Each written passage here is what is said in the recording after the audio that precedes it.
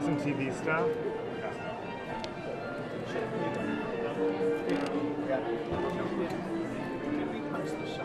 I did. It's everything's going out. I remember we were talking about It's not punched. Everything's good. What? Oh yeah. Yeah, those rules are. I got a lockdown wide right now, so there's that.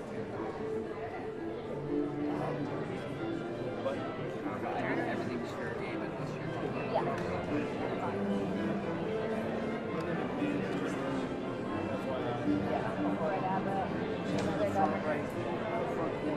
Yeah, I saw her. Yeah,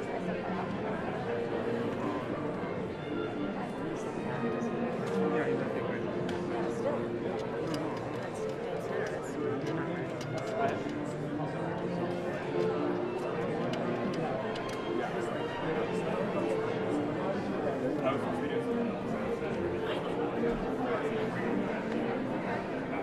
Great habit.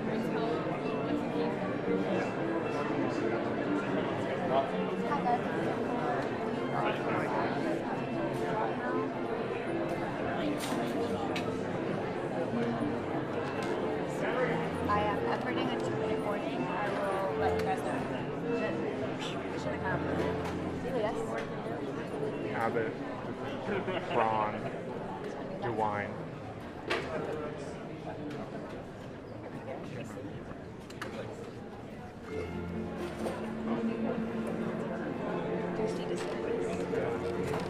In the second row, third in. And Kim Reynolds is next to him.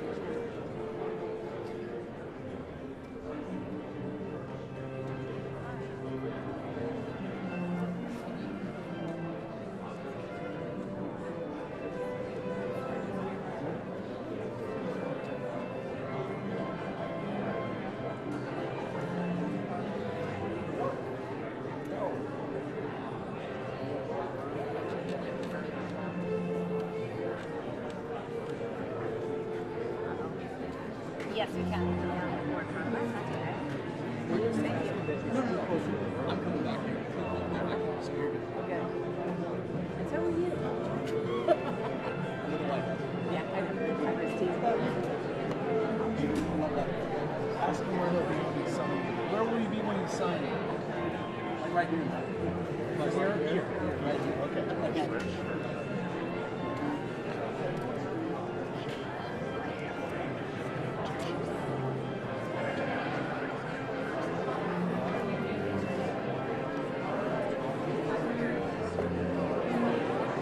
Are you doing Serenus? And she's over there. She was already in here when we got in. Which is kind of weird.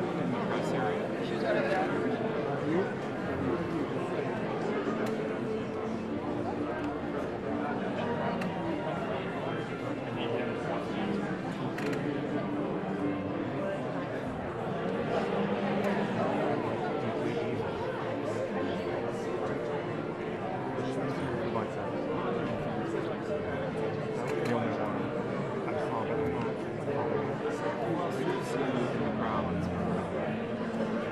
DeSantis, Abbott, DeWine, they're all in the front row. So they're in the second row. Yeah. Iowa, governor.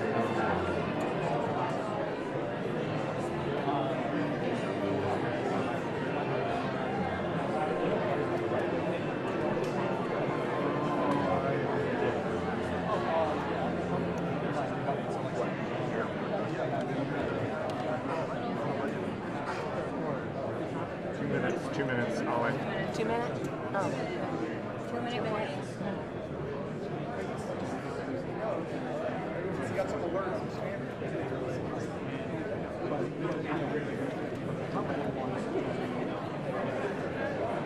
I'm going to come up on here a little bit. Let's make sure that doesn't bother you, okay?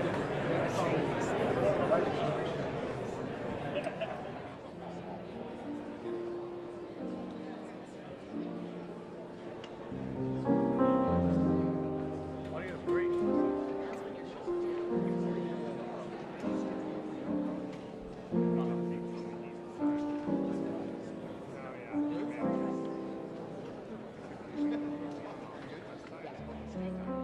Now, how about you?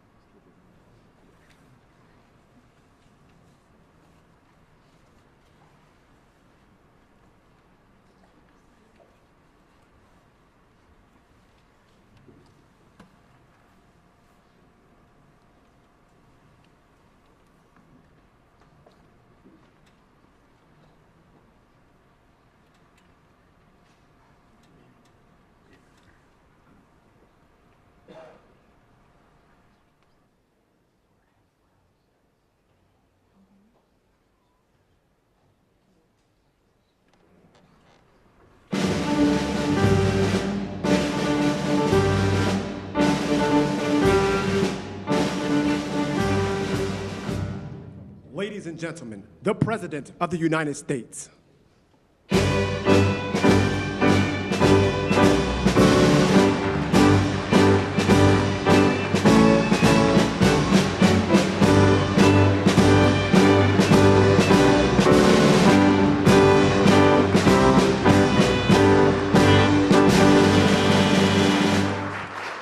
Well, thank you very much.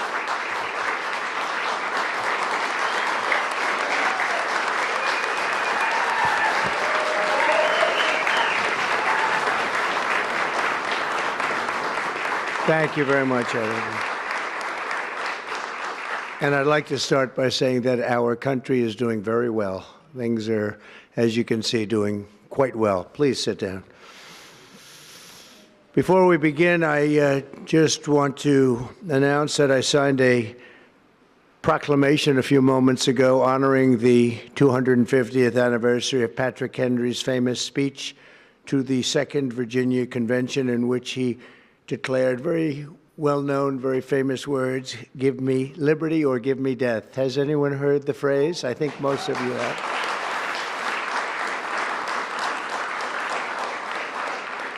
And moments ago, I also signed an executive order to dramatically increase production of critical minerals and rare earths. It's a big thing in this country, and as you know, we're also signing agreements in various locations to unlock rare earths and minerals and lots of other things all over the world, but in particular, Ukraine. We're doing very well with regard to Ukraine and Russia.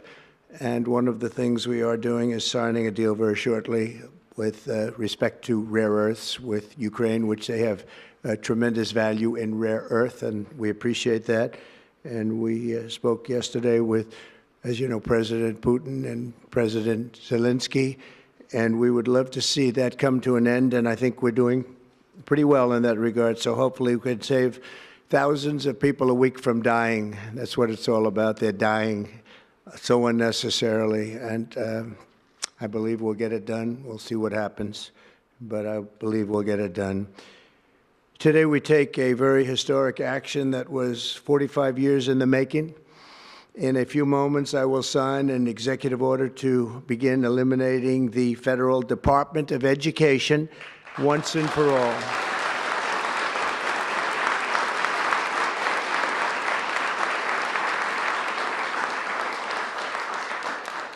And it sounds strange, doesn't it? Department of Education, we're going to eliminate it. And everybody knows it's right.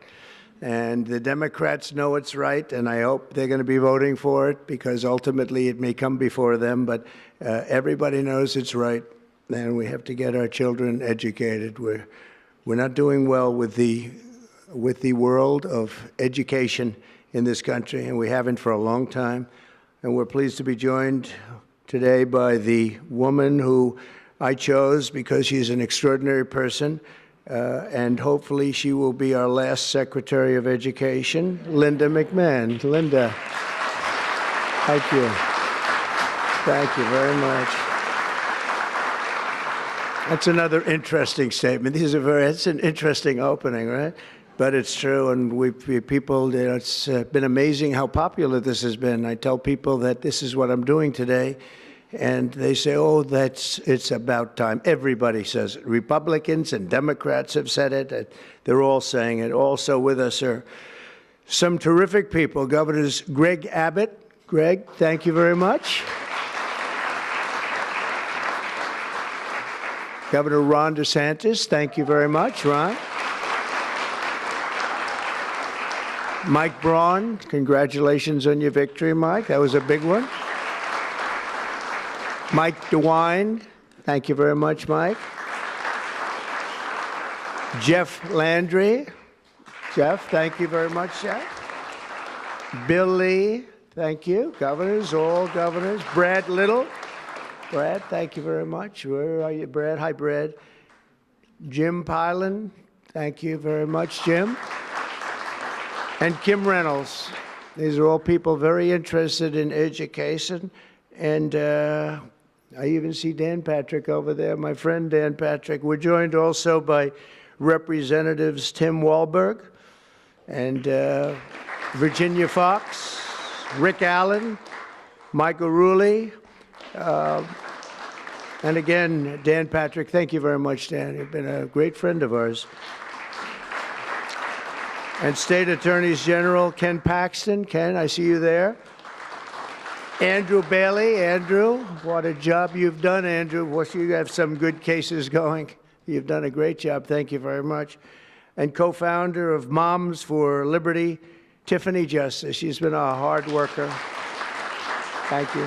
Thank you, Boo. Thank you, Tiffany. When President Carter created the Federal Education Department in 1979, it was opposed by members of his own cabinet, as well as the American Federation of Teachers, the New York Times editorial board, and the famed Democrat Senator Daniel Patrick Moynihan. History has proven them right, absolutely right. After 45 years, the United States spends more money on education by far than any other country, and spends likewise by far more money per pupil than any country, and it's not even close. But yet, we rank near the bottom of the list in terms of success.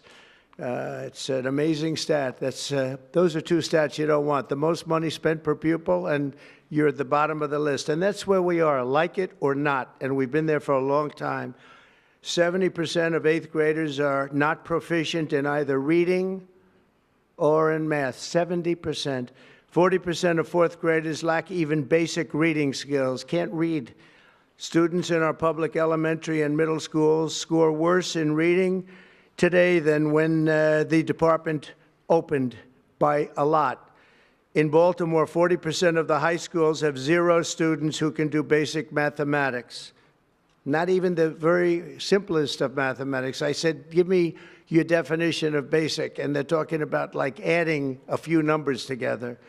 Despite these breathtaking failures, the department's discretionary budget has exploded by 600% in a very short period of time, and it employs bureaucrats in buildings all over Washington, D.C. And as a former real estate person, I will tell you, I ride through the streets of Washington, and it says Department of Education, Department of Education. I said, how do you fill those buildings? It's crazy what's happened over the years. I'm pleased to report that after offering these federal employees 2 generous buyout options, and they were very generous, and they're good people, but they were very generous. My administration has initiated a reduction in force, and we're already cutting numbers that were really surprising to a lot, that we were able to do it so successfully. And we've cut the number of bureaucrats in half. 50% have taken office, which is great. Thank you. Under the action I'm taking today, a small handful of Democrats and others that we have employed for a long time, and there are some Republicans, but not too many, I have to be honest with you. But the department's useful functions, and such as, and they're in charge of them, Pell Grants, Title I funding, resources for children with disabilities and special needs will be preserved, fully preserved. They're all going to be so. If you look at the Pell Grants, it's supposed to be a very good program, Title I funding and resources for children with special disabilities and special needs. They're going to be preserved in full and redistributed to various other agencies and departments that will take very good care of them. And that's very important to Linda, I know, and it's very important to all of us. But beyond these core necessities, my administration will take all lawful steps to shut down the department. We're going to shut it down, and shut it down as quickly as possible. It's doing us no good. We want to return our students to the states, where just some of the governors here are so happy about this. They want education to come back to them, to come back to the states, and they're going to do a phenomenal job.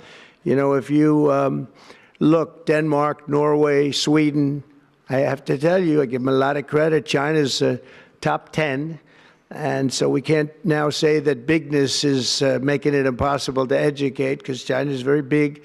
But you have countries that do a very good job in education, and I really believe, like some of the governors here today, from states that run very, very well, including a big state like Texas, but states that run very well are going to have education that will be as good as Norway, Denmark, Sweden, and those top, Finland, those top countries that do so well with education. I think they'll do every bit as well.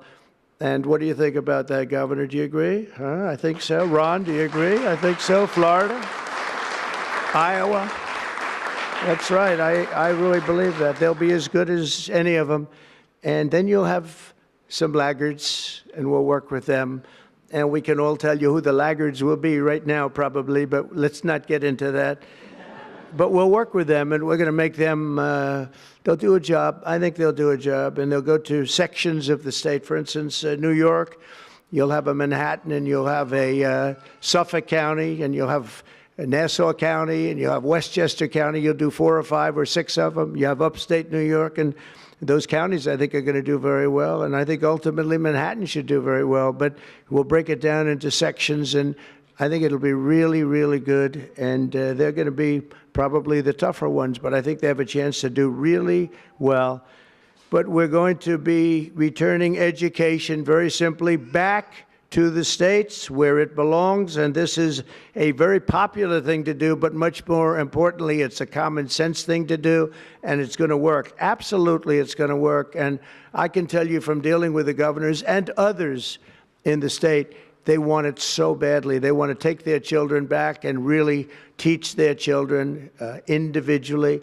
Probably the cost will be half, and the education will be maybe many, many times better. So we look forward to this. I want to just make one little personal statement. Teachers, to me, are among the most important people in this country, and we're going to take care of our teachers. And I don't care if they're in the union or not in the union. That doesn't matter. But we're going to take care of our teachers, and I believe the states will take actually better care of them than they are taken care of right now. They'll work all sorts of systems and even merit systems. Those great teachers are going to be maybe a little bit better rewarded, or maybe that's the way it should be, but the states are going to make that decision. But we're going to love and cherish our teachers along with our children, and they're going to work with the parents, and they're going to work with everybody else, and it's going to be an amazing thing to watch, and it's really going to be something special. And Linda, you're presiding over something that's so important, and you're going to do a fantastic job, just like you have your whole life. I know your whole life I've been watching you. I've been watching you for a long time. She's had nothing but success. So it's tremendous to have you, and hopefully you won't be there too long, but we're going to find something else for you, Linda, okay?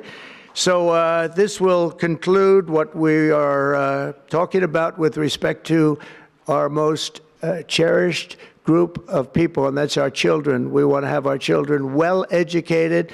We want them to love going to school. We have examples of it. Look at those beautiful, bright-eyed faces. They are so smart. They're so smart. And with that, I'm going to come down, and we're going to sign a very important document, and we're going to be on our way. People have wanted to do this for many, many years, for many, many decades. And I don't know, no president ever got around to doing it, but I'm getting around to doing it, so thank you very much.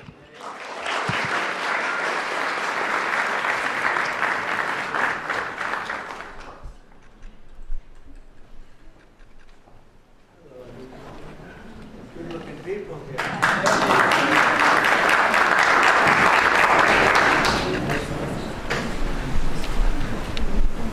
Should I do this? Do it? Yeah, I think so.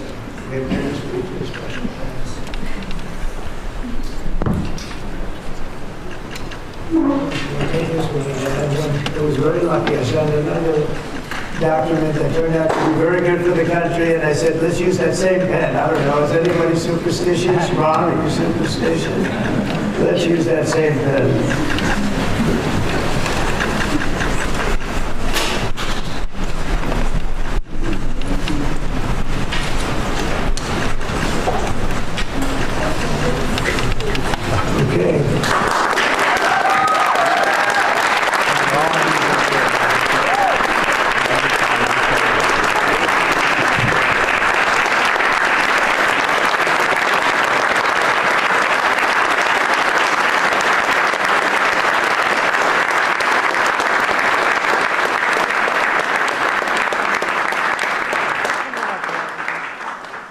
Will you come up just to say?